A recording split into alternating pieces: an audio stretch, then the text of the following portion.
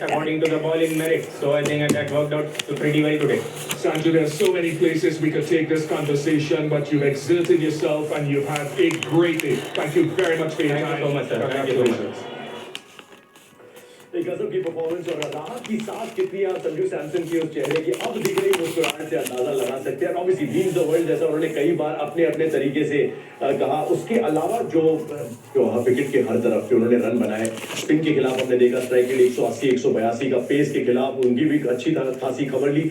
ऐसा लगा कि जो पूरा प्रोसेस है उसको एक साथ एक पारी में झोंकने में सफल हुए। देखिए एक चीज़ उनकी मुझे तो बड़ी अच्छी लगी, मैंने पहले भी कहा है कि वो चौका छक्का मार के क्या करते सिंगल लेते। एक ओवर में उन्होंने एक चौका मारा, एक छक्का मारा, फिर एक और छक्का मारा, 14 रन आए, फिर एक सिंगल लिया जिस ओवर में अभिषेक शर्मा हो गए। तो वो अपने आप को डिमांड करा था कि इस ओवर के रन आ गए, मैं आराम से सिंगल लेकर दूसरे छोर पर चला जाता हूँ क्योंकि मैं खुद खड़ा रहूँगा, शायद मन लड़ता है मारने जाऊँगा और आउट हो जाऊँगा। और संजू सैमसन के आंकड़े स्पिन और तेज गेंदबाज जो भी उनके खिलाफ बढ़िया हैं, क्योंकि जब आप 97 रन की पारी खेलते हो 50 गेंदों का लगभग स्ट्राइक रेट 200 का है, तो पारी तो बढ़िया होगी, स्ट्राइक रेट बढ़िया होगा ही।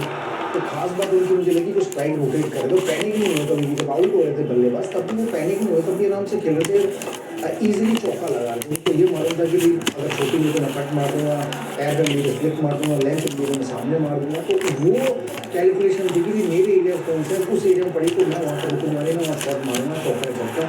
और वो कैलकुलेशन कर रहे थे। बहुत कम ऐसे खिलाड़ी होते हैं जो गेम को कंट्रोल करते हैं, आज वो कंट्रोल किए उन्होंने गेम को अंत तक रहे।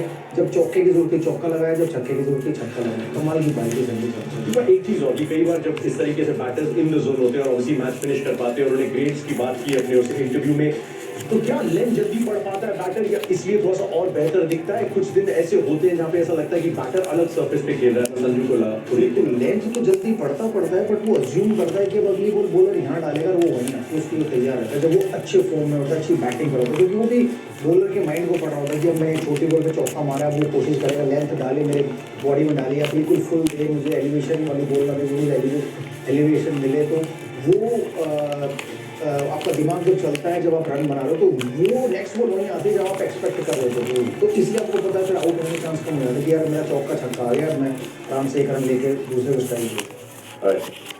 बॉलर्स बिल्कुल बेहद थे उनके सामने, कुछ भी नहीं, ऑप्शन क्या थे? क्योंकि आपने देखा कितने सारे ऑप्शन थे। रोमारियो शेफर्ड, अकील हुसैन, खासतौर से अकील हुसैन का ओवर याद आता है, उसमें ऑलरेडी रन पड़ चुके थे जिसमें अभिषेक शर्मा का विकेट इवेंचुअली गिरा। बट ऐसा लगा नहीं कि कहीं भी शेहोप जाए तो उनको कोई राहत की सांस मिलने वाली है। नहीं देखिए, बल्लेबाजी ने बहुत अच्छी करी है। उसमें जो सबसे बेस्ट बात है कि उनकी जो आज वीरू ऐसे ज़्यादा बेहतर बता पाएगा, जो मैंने रीड किया है कि उनकी शेप बहुत अच्छी थी जब शॉट्स लगा रहे थे। एक बार भी ऐसा नहीं है कि उनकी शेप जो है बॉडी की जो है वो पैर कहीं हो और हाथ कहीं गए हो, और जहाँ वो शॉट खेलना चाह रहे थे बहुत कन्विंस किया उन्होंने वो अपने शॉट सिलेक्शन से, जिस तरीके से शॉट खेले हैं और जिम्मेदारी ली। क्योंकि ये पिच चाहे हमें लगता है कि भाई इस पर रन तो बनने ही थे, चेज हो सकता है, कलकत्ता में होता है, पर जब इतने रन बन जाते हैं प्रेशर ऑटोमेटिकली बनता है। वहाँ किसी एक को तो बड़ी वो पारी खेलने की ज़रूरत होती है। और आज जो रवैया रहा है चेज करने का, वो थोड़ा सा मुझे अच्छा लगा चेज करने का, कि जो अंदर आया है ना, किसी ने जल्दबाजी नहीं करी कि मैं आके सिर्फ चौके ही लगाऊंगा। पहले वो अगर विकेट गिरी है तो आके 15-20 रन बनाए हैं। ऐसा नहीं है कि आए एक आया और दूसरा आउट हुआ, लगातार गुच्छे में विकेट नहीं गिरने दी। और जब गुच्छे में विकेट नहीं गिरती हैं तो दरअसल एक आदमी अगर आपकी लंबी पारी खेलता है, संजू खेल गया और उसके साथ छोटे छोटे कॉन्ट्रीब्यूशन भी, फिर आपके लिए वो बड़े कॉन्ट्रीब्यूशन की तरह काम करते हैं। तो well done to Sanju. I think he was phenomenal against spin, against fast bowling. I think shot selection was perfect. और साथ ही साथ जैसे मैंने कहा कि running between the wicket was absolutely brilliant. ये थोड़ा सा इंटरसेप्शन पॉइंट भी देख लेते हैं कि कैसे इस पारी को बुनने में वो सफल रहे। अब जो छाता तो ऑलमोस्ट पूरा खोला हुआ है विकेट के जस्ट पीछे अगर हटा दे उसके अलावा। बट कैसे पता चलता है आपको जब आप संजू को देखते हैं और आपने इतने सालों से देखा है कि आज बंदा लय में?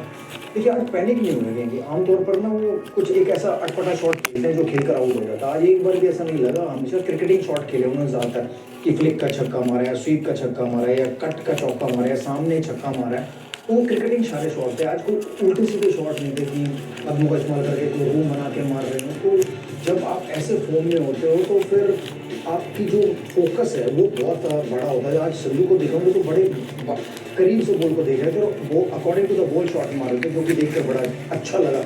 जब आपके बैट में बॉल नहीं लग रही होती, जब आपके रन नहीं बन रहे होते ना, तब आप हबड़ा तबड़ी करते हो। लेकिन आज पहले ही ओवर से जैसे वो खेले कि एक तो 11 गेंदों के बाद उन्हें खेलने का मौका मिला पहली गेंद शायद, और उसके बाद बड़े प्यार से खेले, बड़े टाइमिंग बड़े शॉट मारे। एक भी ऐसा शॉट देखने में लगा जिसमें लगा कि जल्दबाजी की हो या ज़बरदस्ती मारा हो, तो बड़े आराम से बल्लेबाजी की उनके साथ, और क्रिकेटिंग शॉट ज़्यादा हैं तो इसलिए भी वो लंबा खेलता और नॉट आउट। विकेट गिरते रहे उनके इर्द गिर्द, लेकिन फर्क नहीं पड़ा, बिखरे नहीं, निखर के आए उस प्रेशर में, उस दबाव में, और दे गए हमें हमारा तूफानी moment of the day. Tufani moment of the day, brought to you by Thumbs Up. अगर वो मोमेंट सिर्फ एक ही तरीके से आ सकता है, ये 50वीं गेंद थी उनकी।